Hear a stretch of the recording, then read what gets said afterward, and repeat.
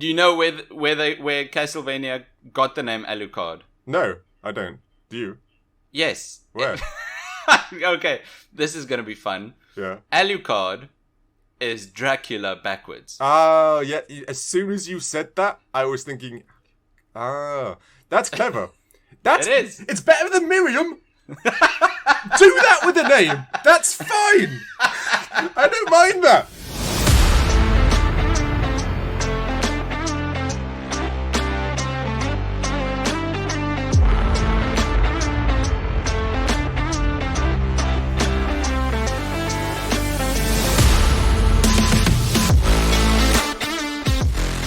Hello and welcome back to a brand new episode of everyone's favorite podcast, the Critical Arcade Podcast. I'm your co-host, Nick. And I'm Dave. Hello, Dave. Hey, Nick. How you doing? I'm fine-ish. Fine-ish? Yeah, I realized I made a mistake a couple of episodes ago. Can't even remember which episode. But I made a mistake, and I need to... I think it was Chrono Trigger. I'm not even mad. I'm just disappointed. I just want you to know that. I'm not mad. I'm disappointed. Just disappointed. That's Oh, right. no. Now I feel even worse. Yeah, exactly. It's that dread just washed over you whilst you hear me say that. Go on, what mistake? With Chrono Trigger. Right, in Chrono Trigger. Of all the ones, you make a mistake with Chrono Trigger. Of all the episodes. Okay. It wasn't even a mistake. On Chrono Trigger, I made a comment quite passionately about Elden Ring. Oh no! This is your big love. This is your whoa. I know. I said in the Altus Plateau, there's a single note that changes the entire vibe. Okay. It's a single note from the oboe. Oh, yeah. How wrong I was. What are we talking? It's not an oboe or not? It's not an oboe. It's a single note from a cello. No! No! That's unforgivable. Those are two different instruments. Even I know that. I love the idea that you were at night, like you got woken up. Wait a minute. Whoa! That's not an oboe. No! And so you've been like sleepless nights, just like, oh no. I'm gonna have to apologize to all those hundreds of thousands of listeners that we have. But that's the thing. Okay, well, that's the thing of just having something recorded, right. and putting it online. Yeah, what you said has been immortalized. It is right. But you got to take a moment and just realize that we are all human and we all sometimes make mistakes. Dave, you know that's not how the internet works. I know, but this isn't one of those ones in the future that can like cancel us because Nick says he knows what he's talking about, but once he said oboe instead of cello. Oh, how can he ever even exist anymore? Unforgivable. Yeah, exactly. But anyway, I forgive you, ladies and gentlemen. It was a cello, not an oboe. That's good enough for me. Thanks, Dave. This week we're not talking about Elden Ring or mistakes for that matter. Oh, we might be. Mistakes. You can't say that one. But yeah, we're not talking about Elden Ring, potentially. Tell us, what did we play this week? Okay, this week we played Bloodstained, Ritual of the Night. Which is, it's a cool name. I like it. It is a cool name. It was a 2019 release, I believe, by developed by a company called ArtPlay, and then published by 505 Games, which... most people know of because they've published like 1 million games in the past. Yeah, I checked. They've got a ton. Yeah, the ones that I recognised most was Brothers, Tale of Two Sons. That was weird, like pretty game. Yeah. And Dead by Daylight is also one that everyone's heard of. Right? That's what about Control?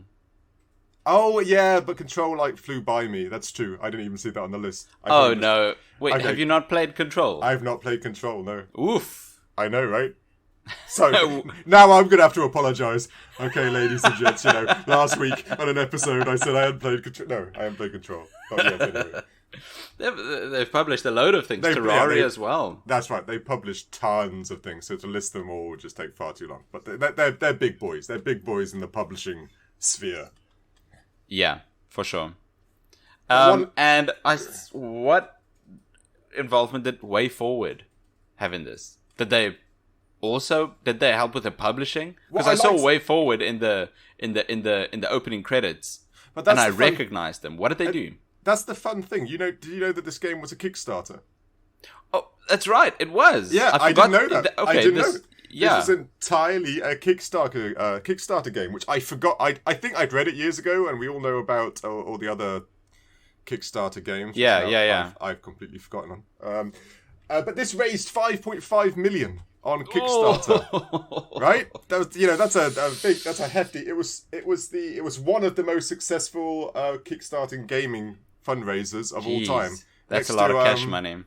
What was that? There was a Mega Man one, Mighty Hero 6 or something like that. Mighty Number 9. Mighty Number 9, which flopped after the release, but that earned millions on Kickstarter too. So I thought that was cool. This is the first. I think this is potentially the first Kickstarter game I've played. I may be wrong. I'm not entirely sure. And that it raised 5.5 million because it was a spiritual successor for the Castlevania series. That's really it, though. That is what got most people hooked. Yeah, no, exactly right. It really was the people who needed that to chew on the Castlevania franchise again because they're feeling they need it. I know, and it raised the money very quickly, and they had some of the original people from that helped develop some of the other Castlevania games, so there was some pedigree there. There were some people who knew what they were doing. Yeah, I remember them saying that this game they promised to have this game to be a spiritual successor, not only to the Castlevania series, but to the most successful one that got released, called Symphony of the Night. Okay, I think I've heard of that one. Yeah. Yeah. That is the most successful and probably best Castlevania game there is. Symphony of the Night. Hence why this game is called Ritual of the Night. Ah, I see what they did there. Yeah. And I think some of the team members from that game worked on this one. Was that like a SNES game or a Nintendo or DS game? I think it was GBA. Was it GBA? Okay. I think so. GBA was big in its time. I'm not too surprised. Yeah. It was a good handheld. So yeah, it was an interesting start. Like all the money they raised, they fundamentally put into the game, and then it was published by a big publisher. So yeah, it's a nice little story, really. I always like to see that the big Kickstarter games do well, which we know that mighty. I can't remember what it's called again. That the Mega Man one didn't. Jeez, Dave, you and names. I know. I just see things. My life is just in colours, not names. I can picture them. I can't name them. But it's good to see one. This one did quite well, success-wise. Yes, and it's very nice to see the entire vision for Castlevania that's now rotting in Konami's basement. Yeah, sadly, yeah. Has now spiritually been succeeded by Bloodstained. Yeah, and the fans followed. That's right. Yeah, that's true. Which is weird to think that Castlevania, you'd have thought they'd be looking at this and like, why don't we just like dust off that IP again? Because look, like other people are making money. Don't we want to make money? But anyway, I strangely enough, this is one of the things I've only like dabbled in Castlevania for about 20 minutes in my entire lifetime. Whoa. I know. This is a big thing. I know. Seriously. I've watched the Netflix series a little bit. That was not too bad. But I really don't. And then from regards to this review, I've not been tainted by, say, like Castlevania fandom. So this is purely without that side of things.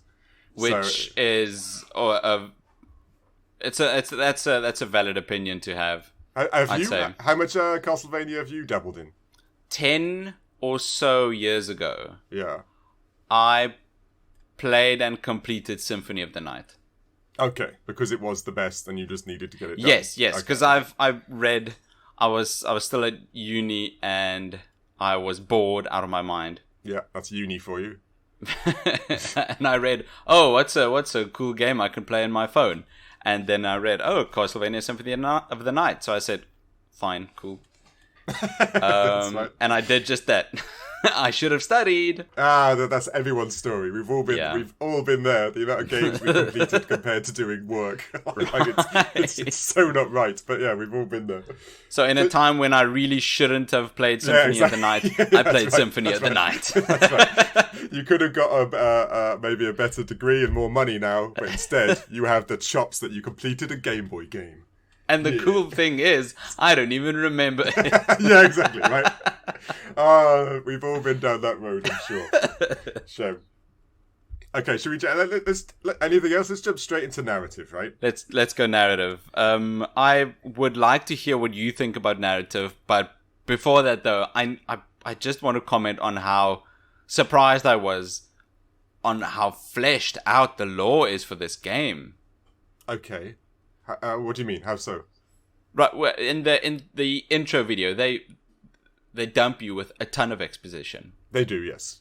Right? They tell you there were these ritual wizards who needed to keep up spirituality to keep the demons at bay, but with the Industrial Revolution, it didn't. That's right. So they had to make shard bearers, but the shard bearers died except for two, one who was sleeping. That's right. And that's right. I was confused 2 seconds in, and it just kept going. No, I liked. So there was almost like that they had to keep the aristocracy at bay. They had to threaten to keep to control demons and rule the world, and that went wrong. And I thought that was that's a cool story aspect that I'd never heard of before. I liked that part. No, I really did. I thought that was cool.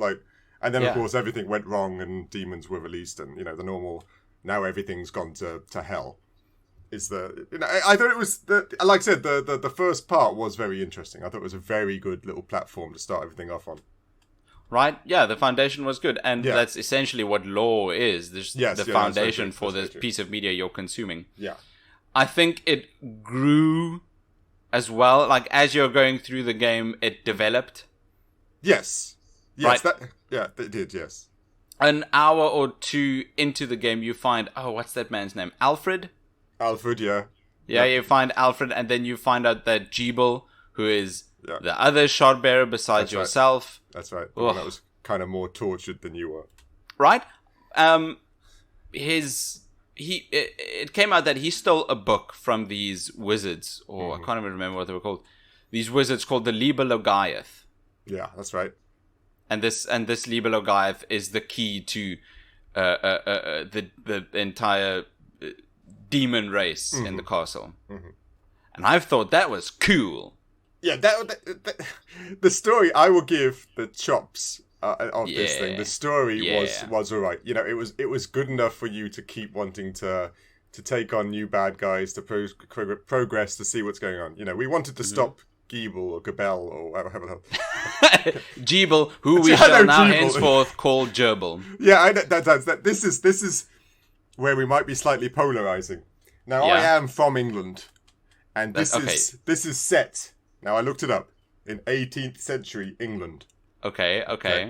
So this is England. So around about the time you were born. Exactly right. This is exactly the very least where my mindset was. I was born. Okay. First of all, I can't. This is going to be very weird.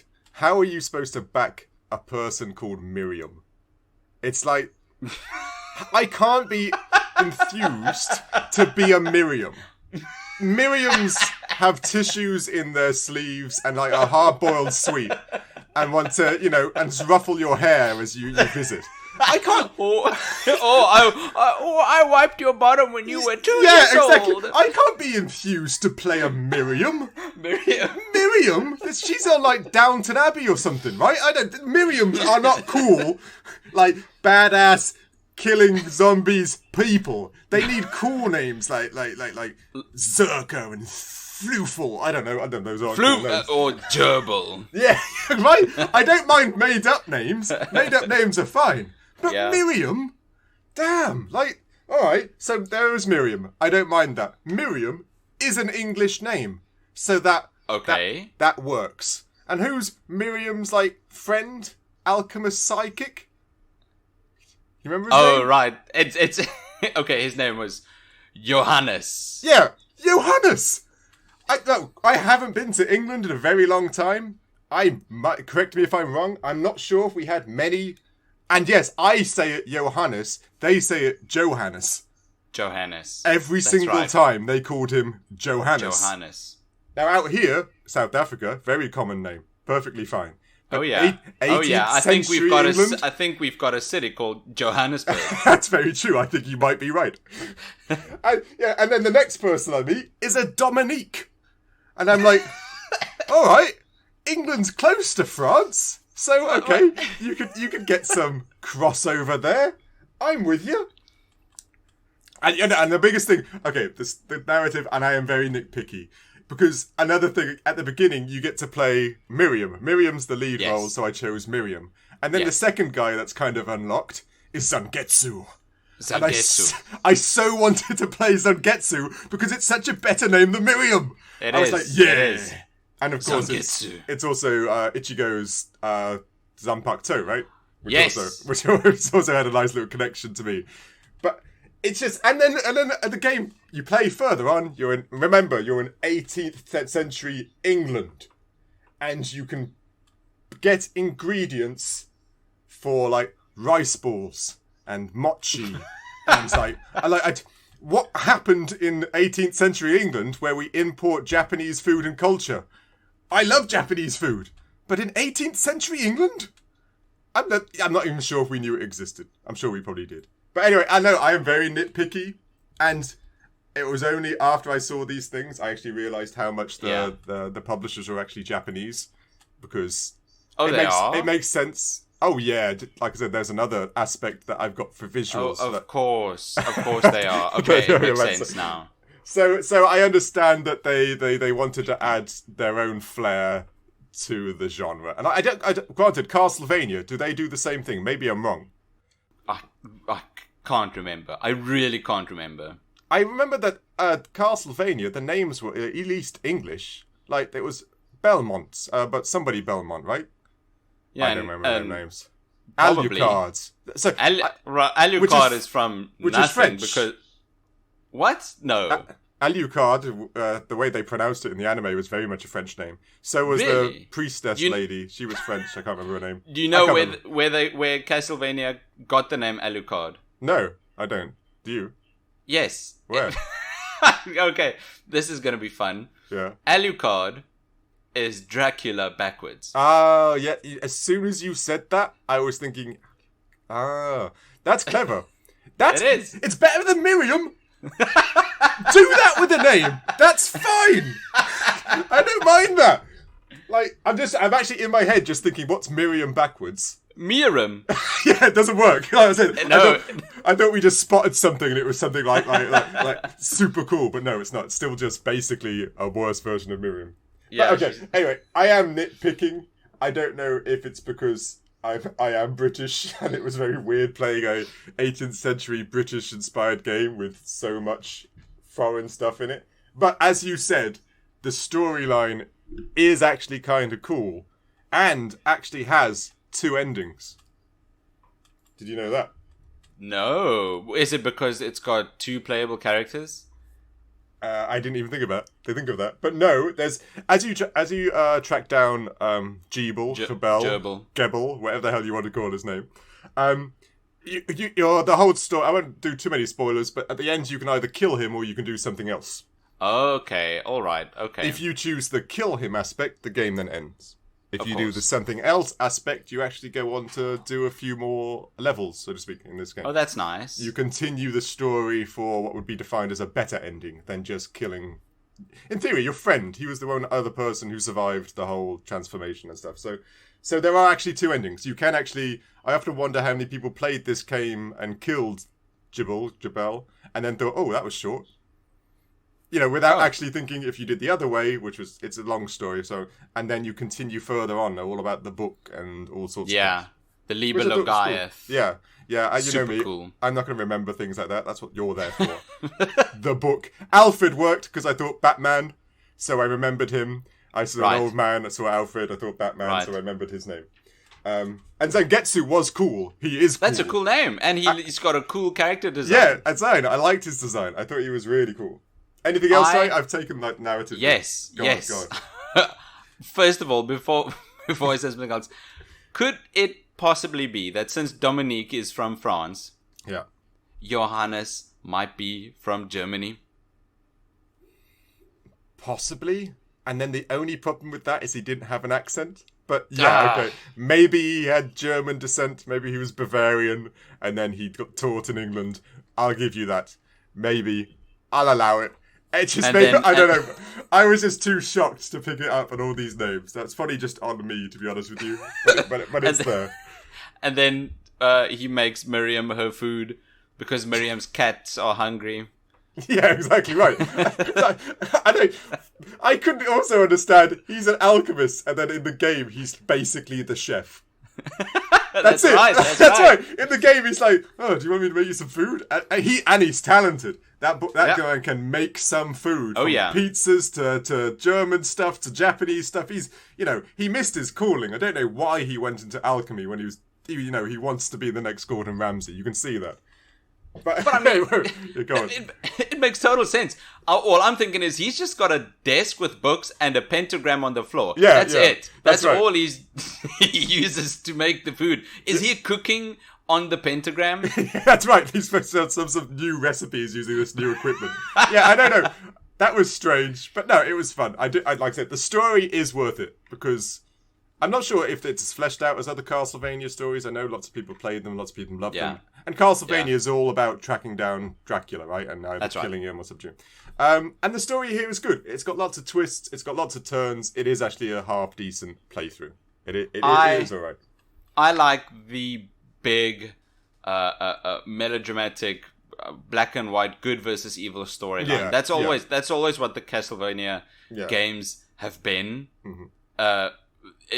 Really just pure good versus pure evil. Yeah. And that simplicity is a lot of fun sometimes when you're right. You're playing Last of Us and you're playing all these other ones and it's all in depth. But sometimes you just want to be good versus evil. You just want to kill demons, save the world. And in this game, they've amplified it. They've amplified the good and they've amplified the evil. Yeah, exactly. It's not just bad. It's extremes, right? Evil. Yeah. And I think that's why it worked for me when the dialogue was so over the top. Well, yes, the dialogue. Yeah, no, I agree. Right? Yes, because the circumstances are so dire. Yeah, it's not just let's go get Gerbil. It's we shall enter Gerbil's castle. We shall fight through the demon horde. And retrieve the Liber Logaeth. Right? That is it. All the time. I must admit, I didn't like the name of the castle. I thought the castle's name was like... It was Castle Hellhound. Like... What? I missed that. Is the castle really called Castle Hellhound? Yeah, I believe so. Sometimes I miss things, but I swear it was. And it's like somebody was like, "Oh, we finished the game. Oh no, we forgot to name the castle." And it's like, Hellhound? And they're like, "Yeah, why not? Slap that on Hellhound. That's Put it fine. on. That makes sense, right?" It was up to an intern. Yeah, exactly. Sometimes you've got all these Cabal and the Book of Lorath, or what the hell you called it. But no, Castle Hellhound. It's like... It's the Liber Logaeth. Whatever. The book. Big old powerful book. That's all it is in my book. I'm pretty sure they were just a room full of interns. Yeah. And they were like, okay, it's between Castle Hellhound and Castle Evil Room. yeah, that's right. It's like somebody said, how about Grayskull? No, you can't use that. No. What's wrong with you? How about Castle Miriam? No, the character's called Miriam. How about Doris? No, like that. No, I just thought that was kind of strange. Like somebody just slapped it on there, but that really might be just is me. What it feels like. Yeah, it could just be me. Okay, anything else? Should we jump into visuals? No, visuals. Let's do it. Okay, visuals. This is another time where I first see Miriam, because the artwork on the front cover of the game, very pretty. Loved it. Loved the artwork on the front. I think that's really nice. I like that. And type creative. Of stuff. Yeah, and then Miriam comes onto screen as a they got the little versions of themselves whilst they talk. I don't know what you'd call that, like an avatar of themselves when they talk. Yes, I think that's exactly what you would call it. And then I realised this game was Japanese within an instant. Because Miriam. Right, those poor ladies. I saw the same, and then it just reinforced. Yeah, that backache. When Dominique came on exactly, screen. Right? Exactly, when Dominique, Dominique, basically the nun, I believe, comes on screen. The backache these ladies must have fighting demons. As well as having... is. I wrote it down, but these are my exact notes. The characters look cool and their designs are different enough, but I can't help but feel like the female character designs are a bit sexualized. Yeah, then that's the Japanese stamp right there. That's yeah, right there. That's okay. right. To save the world, you need lots of cleavage. Don't know why, but for some reason you do. That is it. That's so exactly. So you instantly see, okay, I was like, all right, Japanese developer, fair enough. I don't mind it. We're all used to it by now. It's a bit weird. It's not as bad as Soul Calibur and the weird armor. The armor, the ladies. What's the other one people always... Nier Automata? Yeah, that's right, yeah. Right? There's a part of the game where you only wear a literal thong. because why not? That's happened to me so many times when I'm saving the world. I can't tell you the amount of times I've gone to the mall only wearing a thong. Right? And I'm like, oh, not again. Oh, not again. Oh well, might as well get the shopping done. Yeah, it happens to everyone. That's perfect. That's perfectly normal. Okay, but there was lots of things I loved about, and it's these little things like throughout the game, you have to you kind of find shards when defeating bad guys, and then you get to use their powers. And the more shards you find of the same power, your power powers up. They get more powerful. And I liked the aspect. I took the summon bats was one I used quite a lot. And as you put more upgrades into summon bats, visually the bats started off tiny little bats. And then as you upgraded it, the bats you summoned were these big, like monstrous, huge mouths type bats. And I thought that's cool. It's an added visual effect compared to just, I don't know, changing their color or just letting their damage increase as they bite people. Or making more of them. Yeah, exactly right. Or just making more of them. So they actually went through each summon. They actually got more bigger or more badass, if you want, per energy or upgrade you put into it. And that, that was a good shock when I released my bats for like after upgrading. And there was these huge things. I was like, whoa, okay, I didn't expect that. Very cool. That is cool. I didn't even know that. I like that a lot. Go on.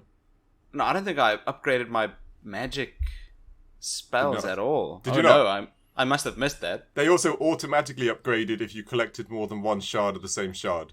Right, yes. So that I did get. And then another thing, I was playing the game, and when you're running through Castle Hellhound, there were these portraits on the wall. Yes. You see all those portraits. Okay. Before you say something, I guessed that these must have been portraits of the developer team. Exactly what I thought, but no. Right? But no. Okay, let me give you a little hint. Remember, this is a Kickstarter game. Are these top what's the word, patrons? Are these people that... These are the pledges, the people who paid the higher tier got to have a portrait of themselves put into the game. And the ones who played the really higher tier had those big portraits in the room, like of just themselves in their own solitary room. Wow. That's cool. That's a nice nod to the backers. Sometimes some games just give you a list at the end and all that. That was literally them. So they had to take a photo and have it like styled in like a gothic value, and then they put it in the game themselves. I thought that was cool. That is cool. Oh man. I like that a lot. Yeah, that I did enjoy. Oh man. Because you cannot see these pictures, ladies and gents, and go, wait a minute. They kind of stand out. They're kind of gothic themed, but that looks like a real person, and that's a cat. That's just a dude. Yeah, one of them was a cat, like with roses. I saw. I was like, what's going on? So that's cool. I thought that was really clever. I like that. I thought that was a really good. I didn't even know that. I thought it was the developers, and I instantly thought the same about thing. It. Yeah, right? I instantly thought the same thing. But on the plus side, I liked the general. I like the what they call it 2.5. Yes, the 2.5D aspect of this entire game. It is, the gameplay is 2D, but the graphics have developed far past just 2 dimensions. They are it's 3 dimensions. Yeah, it's like using light and shadow, right? Yes. Light and shadow to form dimensions on a 2D image, which works really nicely. It really does. It's one of those things where you don't think you're playing a 2D game at all. You think you are playing a fleshed out, nicely rendered, and it was nicely rendered. Like when the gameplay side of it was nicely rendered, 2.5D rendered graphics. Go on. There's a certain boss fight, right, where you fight 2 dragons on the side of a tower, That's right. Yeah. But because of how they made this boss fight work, when you run to the left or to the right, you just spin around and you run to the top of the tower. That's right. Yeah. Yeah, and because of how 2.5 graphics work, the entire level or tower turns to the left or to the right. That's right. Yeah, that was right. Cool. You know what I'm trying to say. That's right. I'm not, the I'm perspective not changed, right? The yes, perspective of the whole fight. Yeah. The dragons stay to the left or to the right Yeah, side that of was this tower. And this is a 2.5D. The gameplay is 2D, but the graphics are definitely That's true. not. And they did the same thing in just simple aspects when you were walking and there was a curved bridge or something, right? Yeah, it's no, you're cool. Right. No, that was clever. Cool. That's almost like cinematography, right? That's almost like if you're making a movie and they did... it is. That was very clever. It's true. I probably should give them more kudos for that. Although I do think in those instances it is cool, but other parts, right? When you're just moving from room to room, it very clearly feels like these rooms were made individually and then just smack next to each other. There was... Okay, maybe it's something I don't know about Castlevania games, but there were lots of rooms to be to the bridge to other rooms. Yes. And that was it. Like, there was nothing important about them in this... They were even like clones. They were just copy-paste. And I was That's right. Exactly. That is... But because of the nature of the map, right? Castlevania from the start have just been exploring a huge castle and everything is connected. Yeah, if you open up your map, that's right. Everything is connected. That's right. And in some cases, it really is just you need a corridor from one door to the next. Yeah, okay, so there was no... That literally was all that was. But they didn't even add, like, candlesticks or anything to it. It was literally just... go from left to right in this. That was it. That's all you had to do in those rooms. It's not super great in this game. A game that does it exceptionally well is a Hollow Knight. Oh, okay. Yeah. I've never actually played that, sadly, but I do know it very well. It does exactly this, right? Okay. You explore Hallow's Nest, and it's just one huge map. Areas are connected to each other with hallways and doors and elevators and whatever. Yeah. But in that case, it never once did it feel like there's just one hallway that connects a door to a door. Never. Everything was ever. Individual, right? Everything had aesthetics with regards to the area you're in. It did, and everything had a point with pits and enemies and columns. Yeah, whereas this game, Bloodstained, it feels like they had templates for a one-room hallway, a two-room hallway. Yeah, right? And it was a bit of a letdown. Yeah, and they just smacked it in to connect the places. Yeah, and that's one of the downfalls I put down visually, is that you're enjoying this room, and then this room's got a fountain of blood in it, and this room's got lots of chandeliers and all this, and then you go to the next one and you're kind of excited, and then you get generic hallway A to just run through. That's it. It's just... I wouldn't be surprised if it's called exactly that. Yeah, and then it kind of takes away from the all awesome that you just came from. Then you're like, It does suck because in these rooms you could see far in the back. Yeah, right? That's right. These some of them were pretty rooms, like really pretty rooms. Yeah, there's not just a wall behind you. No. There's an entire room that stretches. There was that the Blood Moon one. I like that one. That was a cool one. So good. That Blood Moon room. Yeah, it is just a hallway that connects two doors. But wow. Yeah, right. Wow. So they all have the capabilities, and they could have made these little rooms, with a bookcase in it, or something to learn if you wanted, like the little tutorial rooms. Yeah. But no, these were just normal. Yeah, that I threw me off a little bit in regards to the gameplay. But it's also feeding into the negative point where these two rooms are divided by a door, right? So the background, if you're looking outside to, let's say, the Blood Moon, the next room that's also looking outside should also have a Blood Moon, right? Blood Moon. Yeah, correct. Yeah. No, it doesn't. It just has a normal night scene. Yeah, and that's true. That's true. Right? You get what I'm saying? Yeah. No, like I say, visually, this was very much up and down. Like it is. Would you consider? I never know. Is this an indie game? when I was. It's definitely an indie game. Because Kickstarter, it would instantly. But like I said, the publisher. So it is an indie game. So you got to. It is. You got to sometimes allow them their mistakes, and there How many? There Who did you say developed this ArtPlay? Well, you said art. Yeah, I wrote down ArtPlay. You said something else. I said Way Forward. Yeah, that's right. ArtPlay team. I don't know. Okay, I'm getting a lot of other things. Never mind. Yeah, never mind. But Way Forward made or published, can't remember, River City Girls. Yeah, I thought so too. Right? I'd heard that name as soon as you said it. I was like, I know that. Which is another indie game. Yeah. Oh, visually, another weird thing about this, I found some of the sprites when they were talking to you as the avatars came to the screen, the shadow on it was off. Like they weren't. When Johannes or whatever the hell they wanted to pronounce, when he came to talk to you, and they were doing the 2.5 type aspect to it, I noticed that the shadow wasn't shaded properly. It had this almost pixelated aspect to it, which, when everything else is so quite pretty, I found it relatively, I don't know if you noticed, I found it kind of jarring. It was almost like they were always coming out the shadows a little bit. Like they just stepped from the shadows from the background to come talk to you. I know, it was weird. And it was almost with all of them. There was a very weird rendering on the character models when they talk to you, which I know maybe it was just me, but it didn't look right. I didn't notice this. Okay, no. Maybe it's just me. Maybe I'm being picky. Anything else?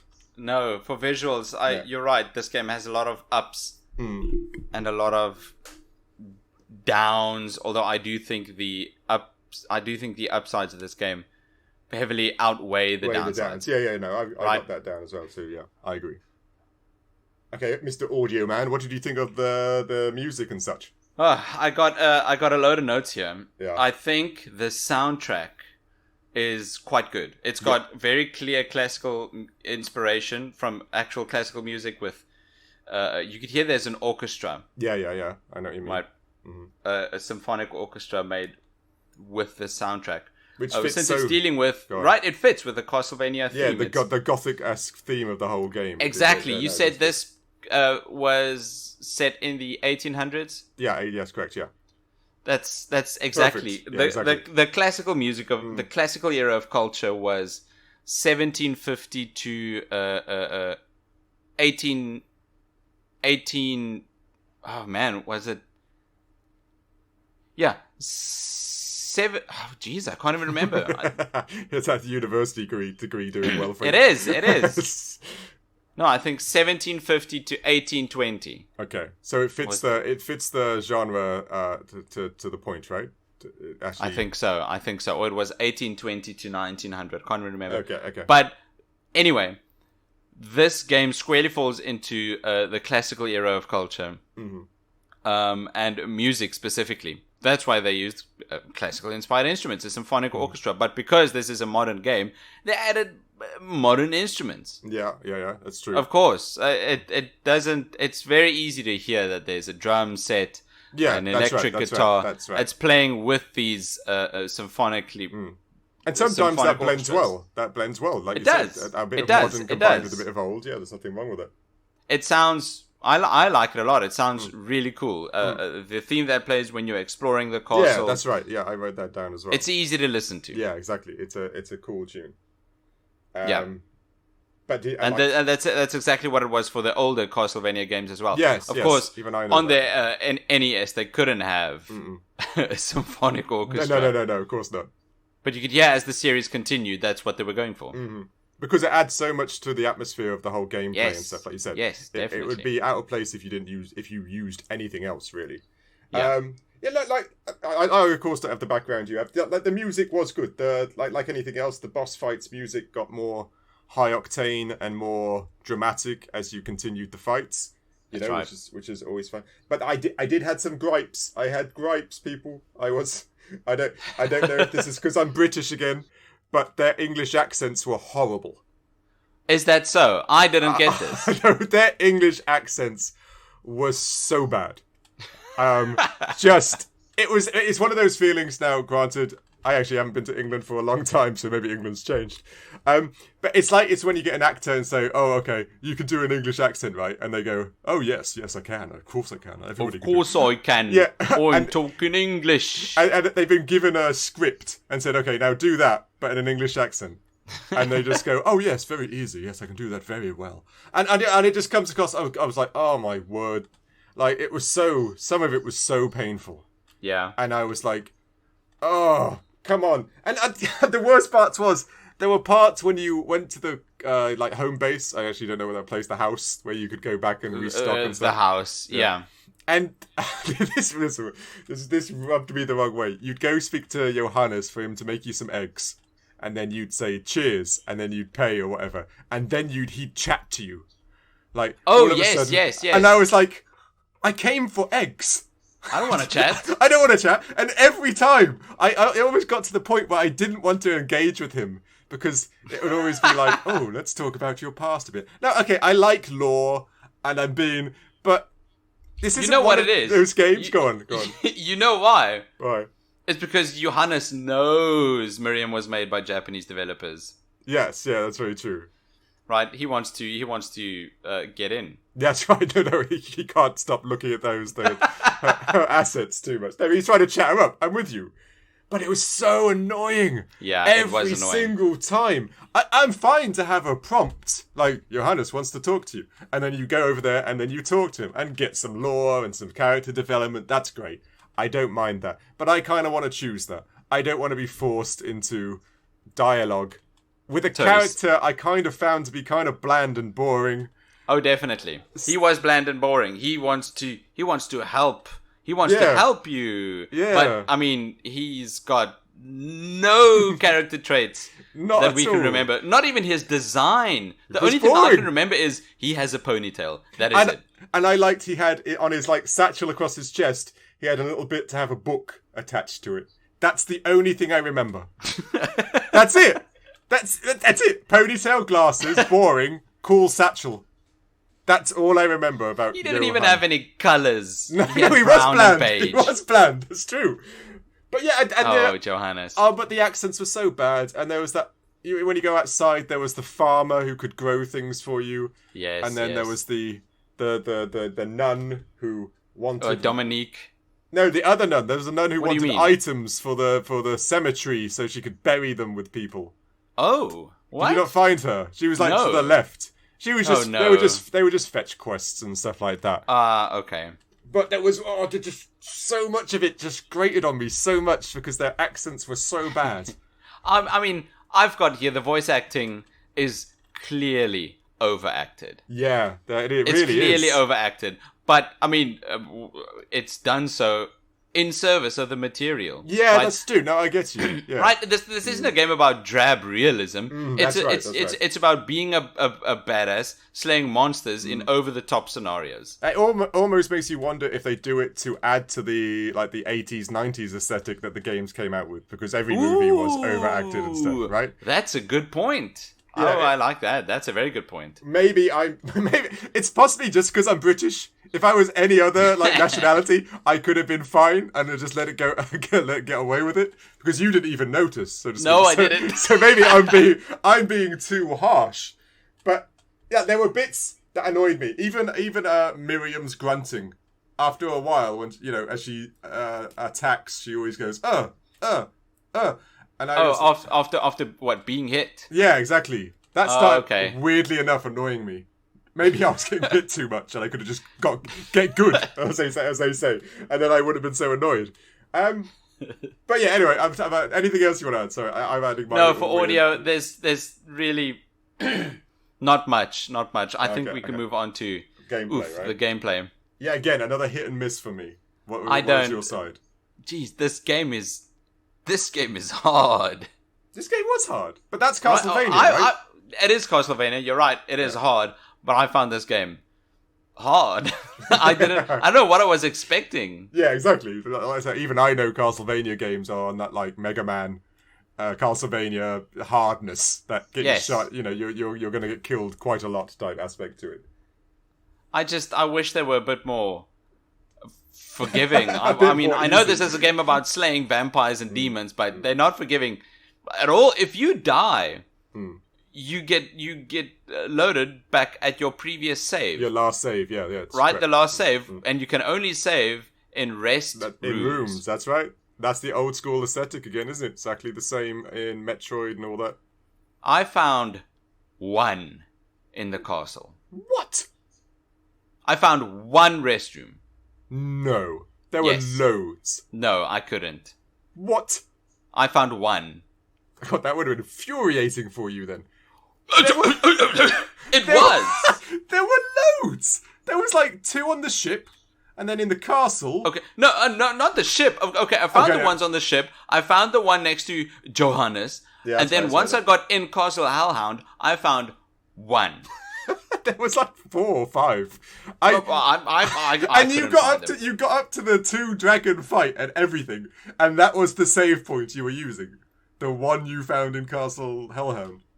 It is... That's crazy. That would have driven me mental. I must have just taken all the wrong you must have detours. Just you must have been just like speed running the rooms or something. I don't know. Okay, it can happen. I can see it. You know what? I think I played this game wrong. Okay, that would be frustrating. There were relatively a few save rooms, and I might add, I think there was almost always a save room just before a boss. Almost you know always. What? Yeah. Yeah, then I think... Okay, that's funny though. That makes me laugh. You know, that's quite funny. But they were there. But like I had one thing that I just could not. Maybe I was pressing the wrong buttons, and this is prone for me. Yeah. But there was no like sprint. No. And that was driving me insane. Same. I was also looking for a sprint button, and I didn't find one. But can you upgrade Miriam's speed? I couldn't find one. Like I knew that doesn't make any sense. Because, there were some passive skills that did upgrade, but that was only weapons that I found. But her default walking speed, right? Yeah. Her default walking speed is slower than the animation of her feet moving. Yeah, yes, Did you notice that? So if she would walk forward, it's almost like her feet would slide across the floor. Yeah, that's right. It was like moonwalking, right? No, I can see it. And if you can't upgrade her speed, that means that's her default speed throughout the entire game. Why is her animation faster than her actual moving speed? And there's so much in Castlevania games, Metroid games. There's so much backtracking and stuff one does because you learn new skills to access new areas. This is backtracking the game. And so you go through these big vistas which you enjoyed the first time because they're pretty and you're like, yes. But you have to run all the way through them. And they can take it doesn't sound like lots, but like 15 seconds where you're just holding left. And you can't run, and dashing doesn't make, there's a weird dash back, doesn't make you faster. You're jumping, there's nothing. You just hold your button for 15 seconds until you get to the next room. It was driving me nuts. And I thought I was wrong. I was looking for buttons. Like, there's got to be a sprint. Or something. Or something to make you go faster. Yeah, again, just something where they dropped the ball a bit. Just Agreed. A little bit. Just for a tiny, tiny bit. Like a little stamina bar or something so you could sprint for a bit. So you could get through these parts. And I don't know, that did me in. But and another one. Go on. I think a big part of this game is just going around the castle. Right. Yes. I don't think the developers saw it as a bad thing that you were just going about the castle. Yes. No, I agree. Right. And it might be annoying to do this, to go to the other side of this 15-second hallway stretch for the 6th time. Yeah. But traversing the castle, I don't think the developers saw that as a bad thing. It doesn't mean it isn't a bad thing. It's one of those things where, like you said, you sometimes think what was given to the interns. And what was given to the lead developers. And the same with the side mission, like the selecting menu. You couldn't select more than one at a time. Really? So when there were those missions where you had to avenge people's deaths by killing. Yeah, I saw them. I just completely skipped it. You select one, and she goes, "Oh, go kill those murderers," and then go out and you go back in and you can select the other one, and then she goes, "Oh, no, you kill those murderers." And then you have to go out and go in and select the third one.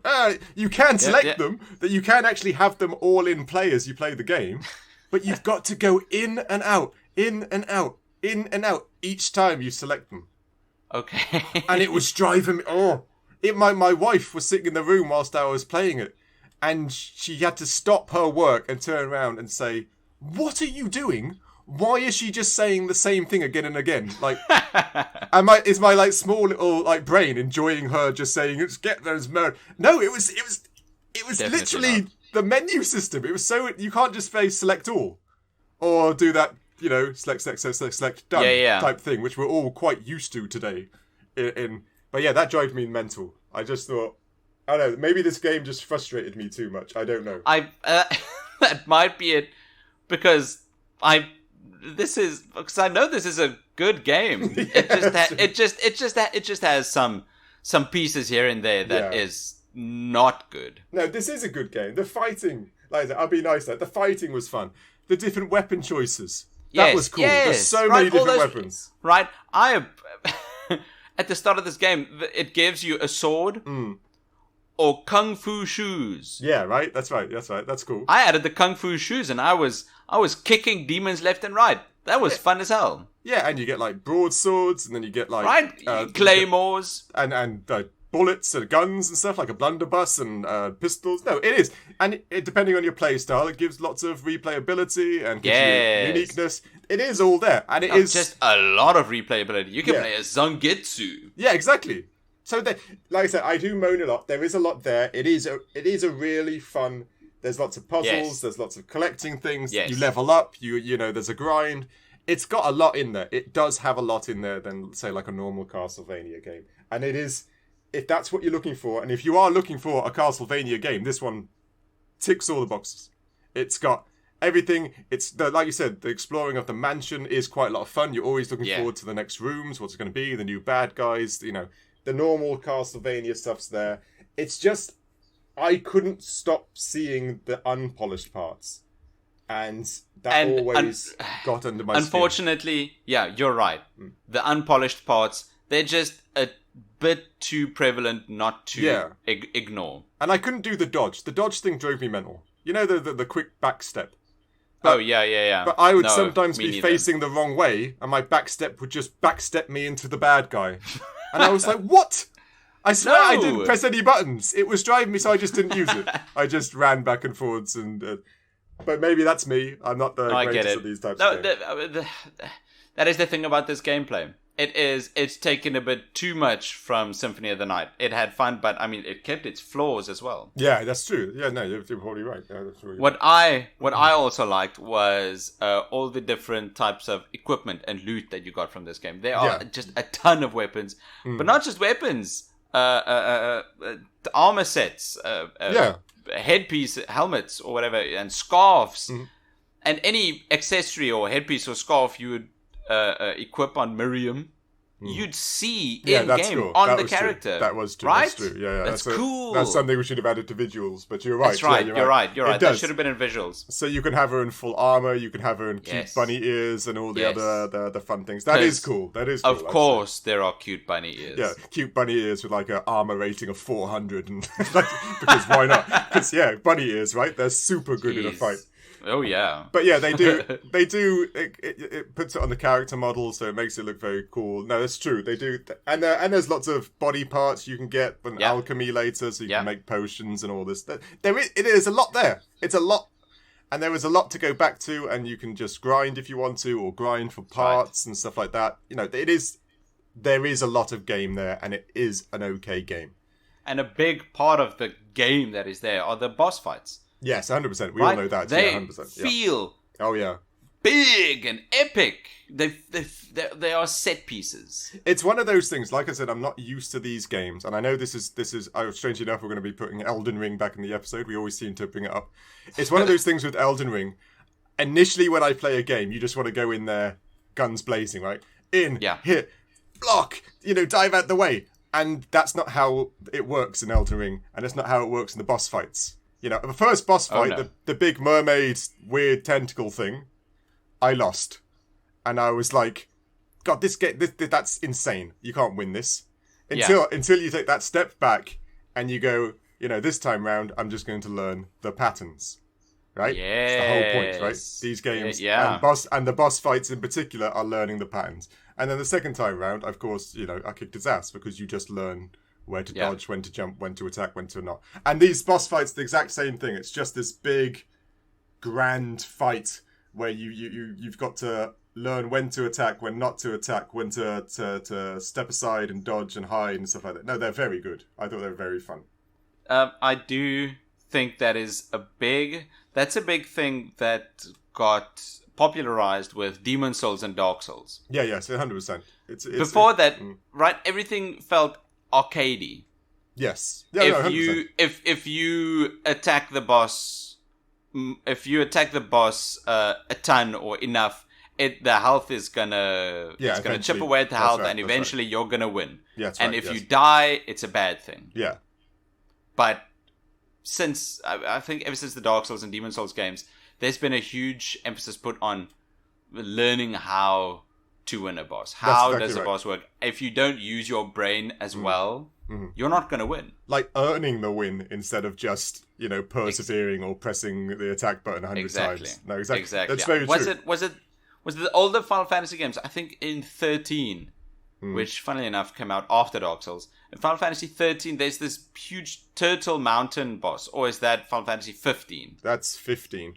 Yes, that's Armored Toys, something like that, yeah. The huge thing, Yeah, if you attack, do you just attack it for half an hour and then you win? A literal half hour? It does take about 30 minutes. Yeah, that's not as complex, I'll give you. I completed that fight, and as long as you're leveled up enough and you do your standard healing and attacking, you do just win that fight quite easily. That is half an hour. Yeah, it's the only problem is how long. Oh, you think that's a big fight? There's a fight in Final Fantasy X called against Penance, which is about two. Yeah, he's like the big uber secret boss. Okay. It takes about 3 hours. Oh. And the online Final Fantasy games, even more. Some of the bad guys, we all know that MMOs. Some of those bad guys take hours upon hours of healing, attack, defend, cast again, mana potion. Health potion. No, I haven't got that in me. I don't. No, I like games and I can appreciate a challenge, but no. Jeez. I'm glad games are heading in a different direction. Yeah, right. That, I just don't. Right? Yeah, no, thank you. But anyway, if I can use my brain, if I can learn the boss, but die a couple of times. Exactly. That's fine. No, it's a fine line. It's hard to do. I've often thought about this myself. How do you make a bad guy that's hard but not too hard, and easy but not too easy? Because that's the nice spot. You got to make it a challenge but not too challenging. Yes. Like anyone like Margot or whatever in Margot the Fell Omen. Yeah, exactly. If he had a monstrous health bar, that fight would just really be frustrating. You wouldn't want to do all those dodges continuous for 25 minutes. You'd ruin the... So you've also got to make the health bar almost the perfect length. And the scaling, absolute... it's very... I bet you it's far more complicated than any of us know. Just like the scaling mechanic in these things. Agreed. And I think From Software... Yeah, they've nailed it They have now. become excellent I agree. at this. Right? They weren't in the beginning. Demon Souls and Dark Souls 2 had some horrible boss fights with just insane health bars, and then the next boss fight would be 2 shots and then you're done. That's the problem, and it's the health bar thing is always the thing that gets me most. I like dodging, attacking, getting caught. That's fine, but knowing that you did all that effort and all those moves and all that perfect timing, and you've taken off like 6% of his health bar. That for me, I'm not. That will stop me from playing the game now. Right, agreed. But then you also need. Then you start to factor in resistances and vulnerabilities. Yeah, that's right. All the lore and everything else. Exactly. I think it is in this game as well. Some bosses are just prone to ice or poison. There was, because that was one thing. I don't know if you got explained it at all, because I didn't see it. Because all the weapons seem to have like a stab, slash pierce, blunt, and stuff like that. I didn't find... Yes. And if that mechanic's in there, then of course people are weak to it. Which I didn't actually... You're right. In theory, if all that mechanic's in there, then there are enemies that the mechanic would work against, because it'd be pointless adding it if not, right? You'd have people weak to stab and weak to blunt, you know. Which I didn't get... Did that get explained to you in any way in the game, or did I just miss? I saw it. I think I saw it when I was crafting weapons with Johannes. Oh, okay. But I never clicked that some bosses just... were resistant to different types of attack. Yeah. I understood not attack, but damage types like yes, that's right. Poison or fire. Yeah, of course. The tropes, right? Yeah. Yeah, but slashing, piercing, and blunt. And I know. So we're going off. But I also noticed some of the bad guys had weak points you could attack compared to even the normal ones, like the armored dudes on the boat with the big flailing axe. If you hit it in its orange head, it did more damage than if you hit its armor, which makes sense. And lots of enemies had the same thing. Depending where you hit them, actually incurred a bigger damage increase, which makes sense. Like head attacks. It does. They don't explain these things. They don't. No, they really don't. I think they want you to figure it out for yourself. Yeah, I guess there was that aspect of it. Yeah. I think that's what they want to do. I just wish they would kind of hint towards it. Yeah, same here. Maybe in those rooms you have to walk through, just a little hint somewhere. It's perfect space for it. But anyway, we digress. Anything else on gameplay you want to add? No, that's it. This game's hard. Bosses are cool. Okay, that's right. I like the bunny ears. Performance. That's your notes. I can see it now. That was literally the notes you wrote down, right? Okay, performance. Did you have any problems?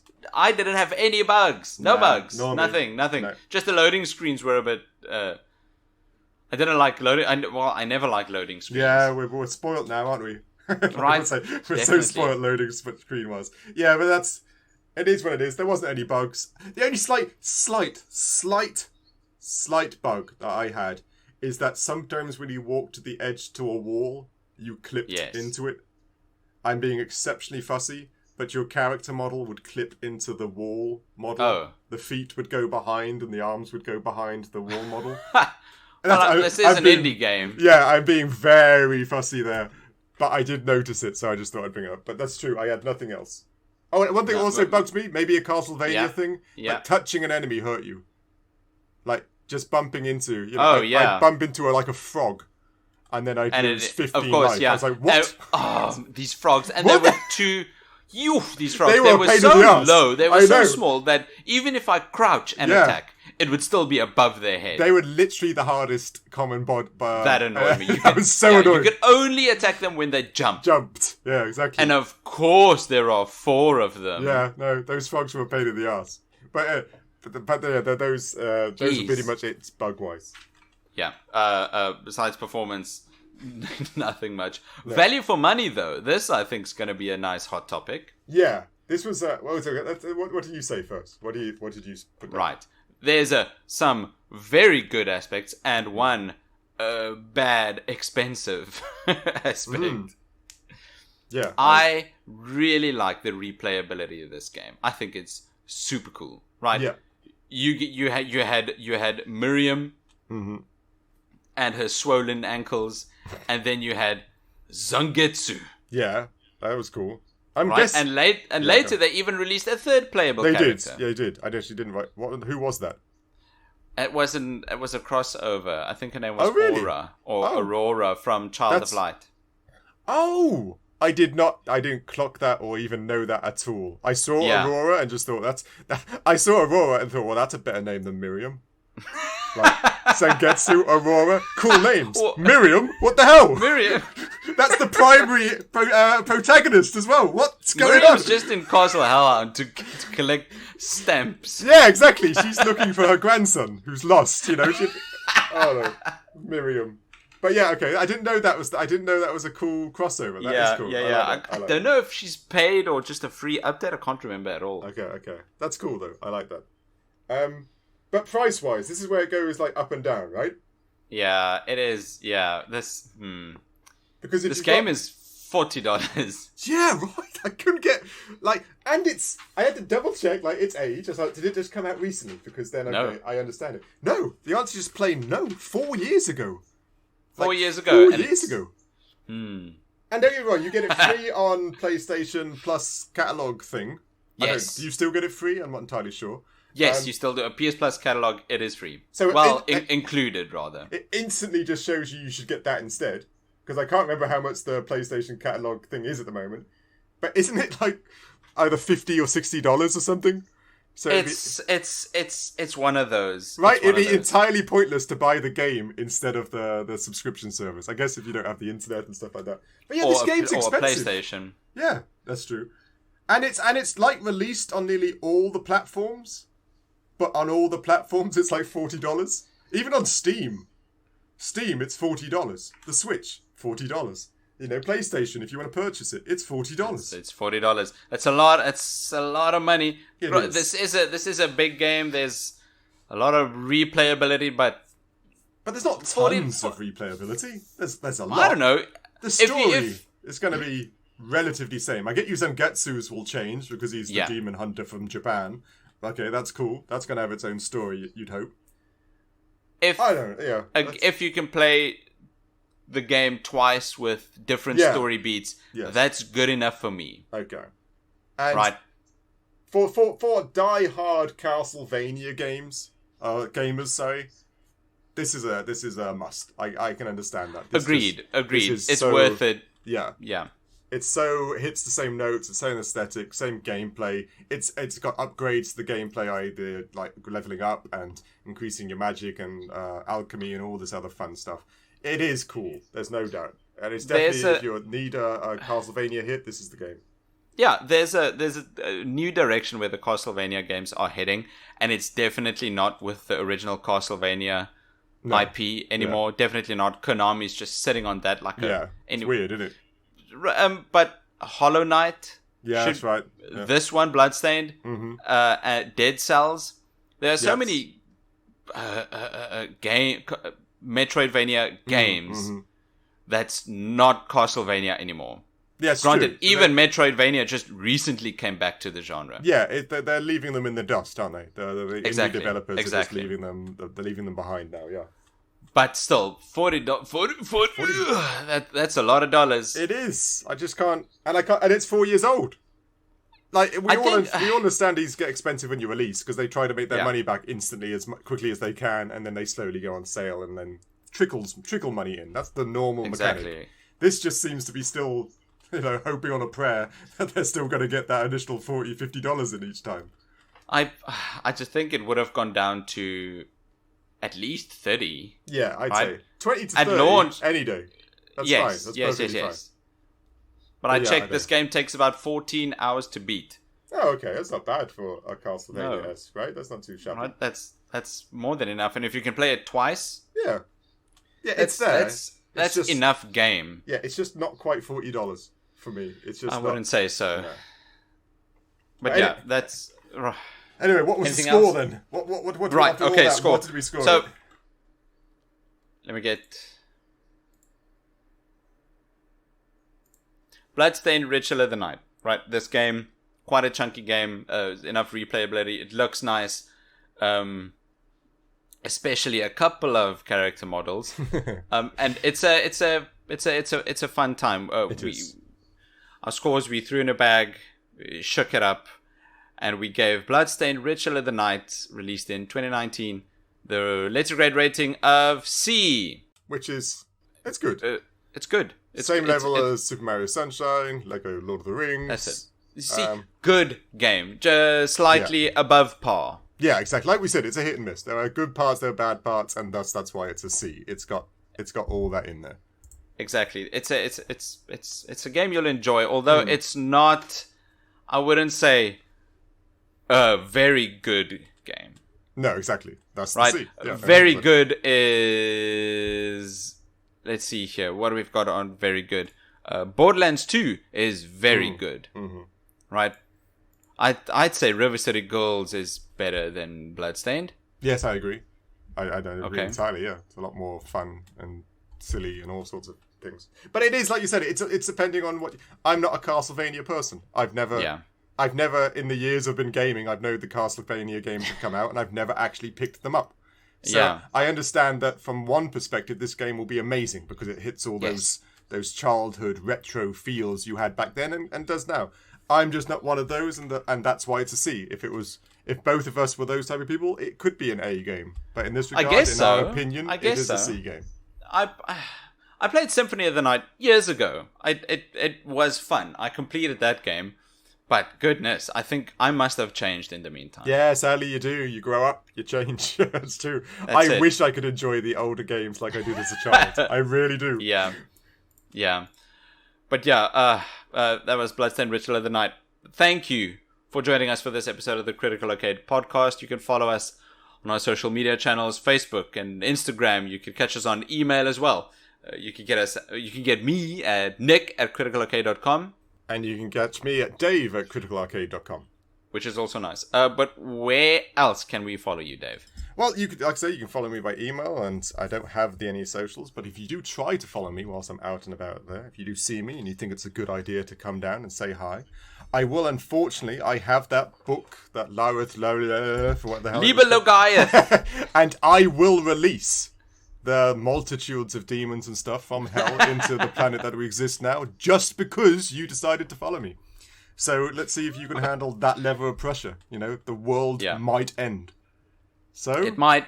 Don't take that chance. I'd email me. So seems like the easier option to me. You can support us on Patreon for some exclusive content. We do bonus episodes each week, as well as a brand new show called Critical Cinema, where we review movies instead of games. Movies that I still need to watch. Yeah, he's watched like 4. Like, that's it. That's it. That's not this month. Total. That's right. He's in total. 4. He's literally watched 4, and 3 of them are the Lord of the Rings movies. So tune in where we teach Nick what movie watching's really about. Gandalf is in all of them, right? All of the movies ever made. All movies, absolutely correct. Every single movie. Hell yeah. What are we playing next week, Dave? Okay, next week's game is we haven't delved much into PSPs before. So this is a PSP game of a franchise I'm sure everybody knows. Dragon Ball Z Shin Budokai. Shin Budokai, right? I'm saying that right. I don't know, is that shin like your leg? What's a shin? But alright, yeah, Shin Budokai. Which I'm guessing, like most Dragon Ball Z games, this is just going to be one of those fighting back and forward. If we say it wrong, we do have a guest coming in that'll most definitely correct us. Yeah, like I said, it's Shin Budokai. So, don't get super excited. He's not Japanese. So, I don't know what to say. He's just a bit of a Dragon Ball Z expert. It's as well as a fighting game expert. Yeah, exactly, right? He's definitely the pro in this regard. So he's coming on next week. Should probably teach us that we're completely wrong in our views of this game, and we'll see. Or it'll be an exciting one to listen to. So join us. Thanks for joining us on this week for this episode. We'll catch you next week. Cheers.